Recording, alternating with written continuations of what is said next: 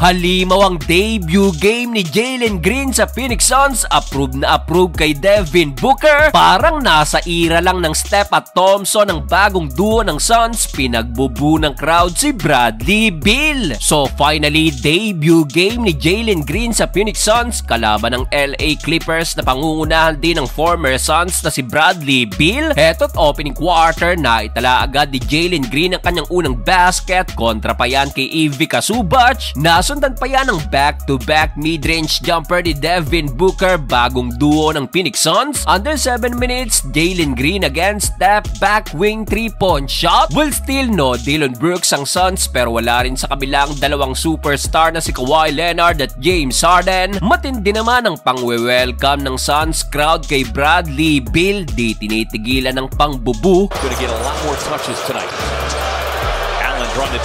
So far, si Zubac ang sinandala ng Clippers sa unang quarter na nagtala ng 10 points at 6 rebounds. Kaso mainit naman na tinapos ng bagong duo ng Suns ang unang quarter with combined 19 points, 31-27. Second quarter, Jalen Green again mainit pa rin with his pull-up jumper. Sinagot nga lang agad dyan ng first basket naman ni CP3. Well, dito pulutan pa rin ng crowd si Bradley Beal, abay 1 of 8 shooting ba naman sa field.